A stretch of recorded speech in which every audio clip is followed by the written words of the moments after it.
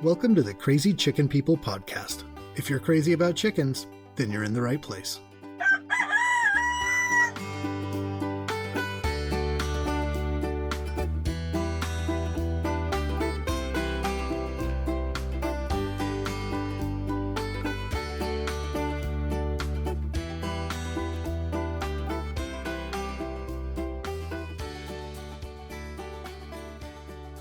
Thank you for joining me again on the Crazy Chicken People podcast, where today we're talking about my top 10 coop hacks to help make your chicken space the best it can be. You know, one of my favorite things to do around the barn when I do get some time to myself is to work on my chicken coops. There's few things that I find as enjoyable as just standing in the middle of my chicken's run on a Saturday morning while the family's still sleeping, drinking some coffee, and trying to come up with ideas for how to make it look better, how to make it more functional, or easier to clean. And sometimes just moving stuff around to keep things fresh and new for my chickens. And I got to admit, a lot of that time does get wasted. Sometimes I just zone out thinking about what I would do if I had more time or an unlimited budget. But there's also times that I do come up with something pretty good. And then I have a fun project to do that weekend that I can sell to the family as some barn work that just has to get done. I think they're starting to catch on to my little scam and realize that some of these chores I keep telling them I have are actually just giant chicken-themed art projects. But since I usually find a way to do them for little to no cost, and I don't ask anyone else to help me clean up the coops, I think I can keep getting away with it. Now, I should admit, I don't always think of these things myself.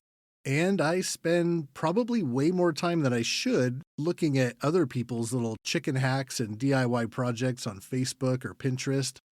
You know, usually I'll take a screenshot of stuff that I like and I might try sometime, or just add a note to my future coop ideas list.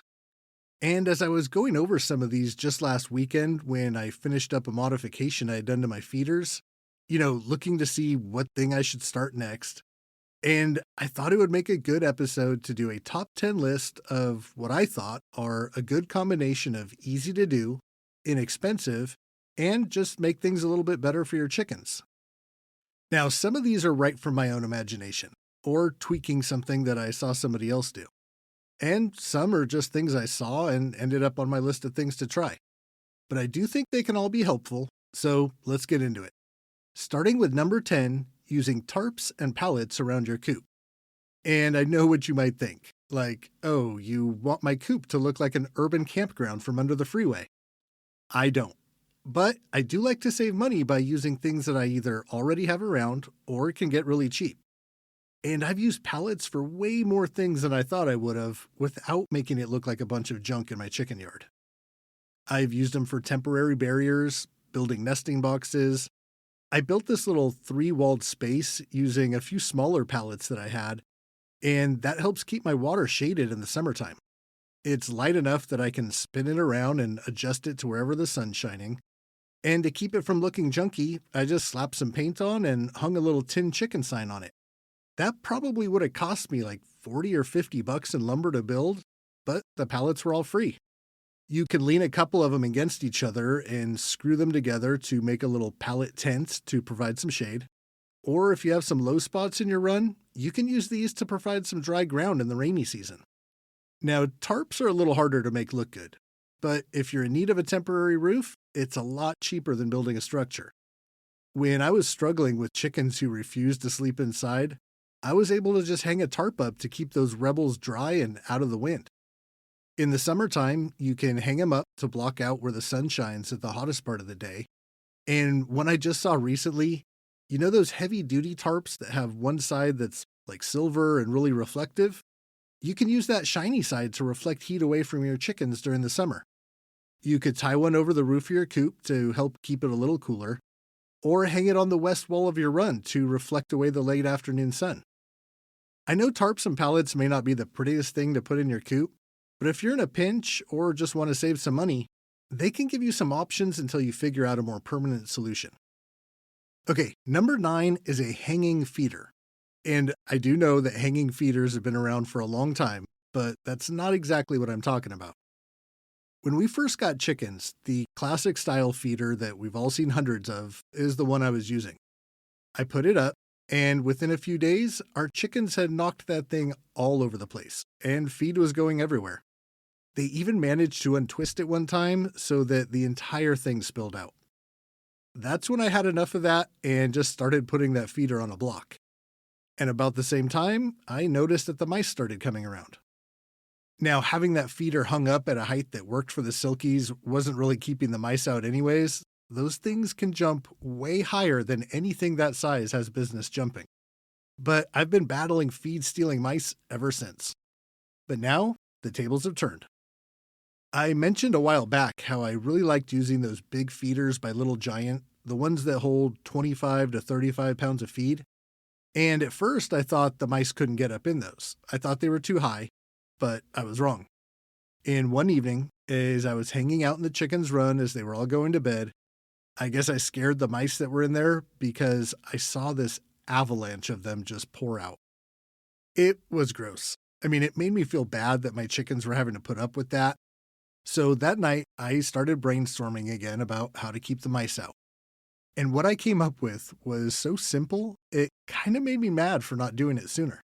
Keeping the feeder off the ground at night isn't exactly groundbreaking, but finding a way to do it without having to pick that thing up and move it around twice a day, that was going to be more challenging. But I did find a way. I took a few pieces of rope that hold the feeder from the bottom of the jug, the heaviest part. I looped those together over the top of the feeder, kind of making a cradle out of it. Then I mounted a pulley to the structure above. I ran a rope to a hook I had mounted by the door. So now all I have to do is use that rope to raise the feeder up off the ground at night and then lower it back down in the morning. Took me maybe 20 minutes to put all this together, and now I'm losing way less feed to those mice over the course of a week. Big win for me and the girls. All right, number 8. This one might seem like, duh. But adding some solar lighting around the coop is such a nice touch. I love walking down to the barn at night and seeing the coop all lit up, and it's nice being able to find my way around there without a flashlight. There's sometimes at night that I'll just stand in the run with all the little string lights lit up and just hang out in there. It's super peaceful, and that's usually when I come up with my best ideas for tricking things out. And the motion lights can really help to scare off predators too. Animals like skunks and raccoons, even rats, they don't like it when a light comes on in the middle of the night. And some of those lights that I bought for just $5 or $10 have lasted a couple years now, and they're still really bright. So this doesn't have to be something you spend a ton of money on, and it's way easier than running power out to your coop. Okay, number 7 is really easy. This is just another version of hanging things like lettuce or squash or whatever veggies you like to put on a string for your chickens to snack on. But instead of just letting it dangle, I saw this one where they'd used some kind of a thin rope that had some bounce to it, almost looked like a thin bungee cord, and tied each end off in the horizontal position. I think they had it pulled kind of tight, so when the chickens would go after those fruits and vegetables they had on it, it was like a big bouncy kebab. It almost looked like it was going to bounce back and knock a chicken on its butt a couple of times, but it seemed like they enjoyed the challenge of getting a bite without getting smacked in the face by a chunk of apple. It's a pretty simple thing to do, but on the long hot days of summer, maybe your chickens don't get as much time to free range or they just want to stay put. This could be a really good boredom buster that keeps them from starting any bad habits. Okay, moving right along with number 6. This is another one that can be a fun and easy DIY project if you don't want to go buy a teeter totter for your chickens. And I think some of the homemade versions I've seen are way better anyways. The store-bought ones, they look okay too, but they're kind of small and they seem way overpriced. But I think either one can add a fun new activity to your run that'll just help your chickens to stay entertained. And that's important because bored chickens will find something to do. And I'd rather see them bouncing each other off of one of these than pulling each other's feathers out. The easiest version to build that I saw was nothing more than a 6-foot fence board screwed to the round side of a piece of PVC pipe. Worked totally fine. The chickens seemed to be having a good time going up and down it. And it costs you nothing if you have some scrap pipe and wood around. You can get a little fancier if you want to, depending on the tools and material you have around, but they really are an easy project. My kids like helping me build stuff like this, and it's really cool to see them learning to use tools and feeling accomplished when we finish a project and put it to work. I'll find a way to share some pictures of these and some of the other stuff that we're talking about, either in links down in the show notes or I'll post them to my Facebook page so that you guys can check them out. Okay, number 5 makes me kind of sad to have to say. I'll make it quick because you've heard me talk about the ice water dispensing cooler I rigged up a couple times already. I was really starting to think that that was my own invention, but I saw a better version of it and I was so mad that I didn't think of this. It's the same idea, but they used one of those igloo insulated water dispensers, like the orange ones that you might have seen. It looked like they removed the guts out of the push button dispenser, put some pipe in there, and then just added a couple of those spring type water cups to it. Way easier than the one I made. Don't have to drill any holes or tilt it to one side. And my version worked, but I'll definitely be making one of these before summer hits.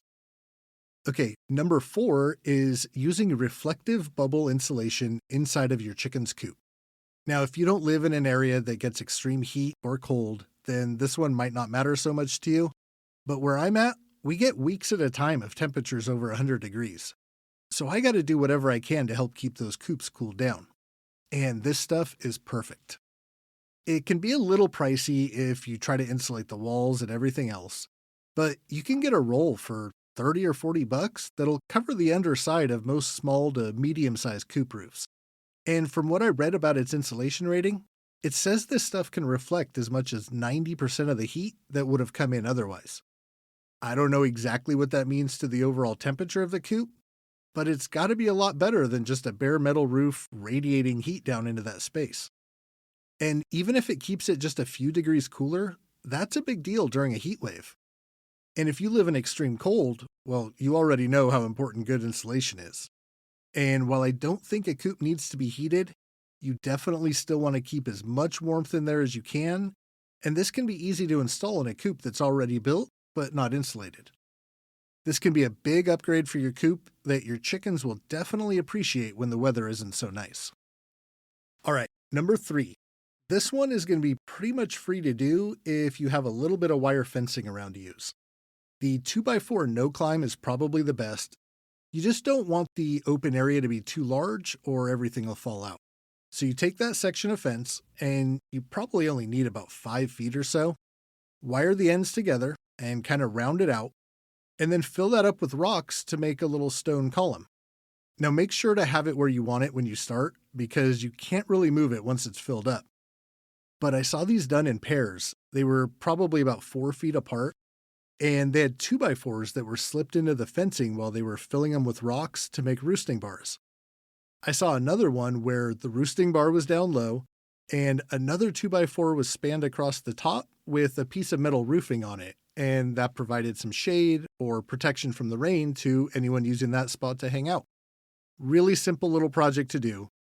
You can also do a shorter version of it. Put some rocks on the bottom and then some soil in and over that to grow some herbs or even just grass. And if you make it large enough around, your chickens won't be able to eat those plants growing in the middle until they grow enough that they can reach them by sticking their heads in through the fence. And you should probably keep the top of it closed with some fence too, otherwise they'll try to get inside and get after those herbs, maybe even get stuck. You don't want that. But I thought they both looked really cool. I've seen stone walls done like that, and I thought those looked awesome. So I thought this was a cool way to add some dimension to your chicken's run and really doesn't have to cost you anything. Now, the number 2 project is another inexpensive DIY build that you can do in your run or even just out in the area where your chickens get to free range. You're creating a little space that your chickens can gather and discuss their chicken business, maybe take a dust bath, or just get out of the sun in their own little chicken teepee. I loved building these as a kid. I thought it was like a cool little spot that I had all to myself. And I think our chickens would like a nice, cool spot that they can go to take a break. I started by putting some heavy rocks down in a circle, then just started leaning some long branches into each other, tying them all together at the top, and the rocks at the bottom kind of help keep everything in place. If you get real crafty with it, you can put a little roosting perch in there, or even use some burlap or some shade cloth tied up to the bottom side of those sticks to really keep the sun out. I think it's a fun one. Like I said, I loved building these as a kid, and now doing it with my kids, but for my chickens, kind of makes it that much better. Okay, last one. My favorite DIY coop decoration is going to have you digging deep into your creative tool bag, painting a chicken-themed mural on your coop. Now, I'll start by admitting that I am no artist, at least not with a paintbrush. But there's so many simple-to-draw outlines of chickens that you can find online. With just a little bit of effort and a little trial and error, you can start by penciling the drawing out, just erase and redraw as you go, until you start to see something that looks like a chicken. You can do this on the outside walls of your coop, or start on the inside if you're not so sure of showing everyone your first painting. You could use old pieces of plywood and then hang those up. I actually started doing my first one on the outside of the coop door, and it came out okay. I kind of gave that chicken an oversized butt, and it's got a comb that doesn't look anything like what you'll see in nature, but I still love it. Not a lot of people have seen it, but I will share a picture of it. It'll probably make you feel much better about your own painting talents. I want to do another one on the biggest outside wall of the silky coop. I found this pattern online. It's just the outline of a couple of silkies and a few chicks. I mean, I don't have the artistic skills to do like a full-on painting with color and dimension to it, but just doing that outline is pretty easy once you get it started, and I think it looks great. Now, I know these weren't exactly groundbreaking new ideas, but I really like finding little things I can do around the coop that don't cost a lot of money. I hope you guys decide to try some of these. I'd love to see a picture of what you come up with if you do. Check the show notes if you want to see some pictures of them and some of the things I've done, and I'll get some links in there. You guys take care, and I'll talk to you again soon.